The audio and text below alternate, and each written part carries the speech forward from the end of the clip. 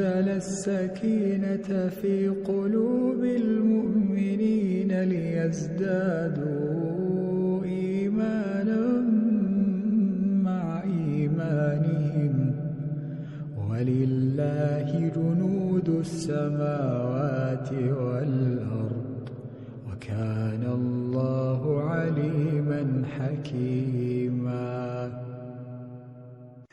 لقد رضي الله عن المؤمنين إذ يبايعونك تحت الشجرة فعلم ما في قلوبهم فأنزل السكينة عليهم وأثابهم فتحا قريبا.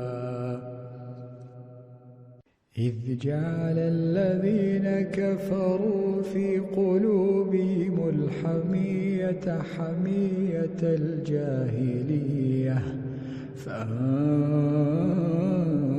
الله سكينته على رسوله وعلى المؤمنين وألزمهم كلمة التقوى وكانوا أحق بها وأهلها وكان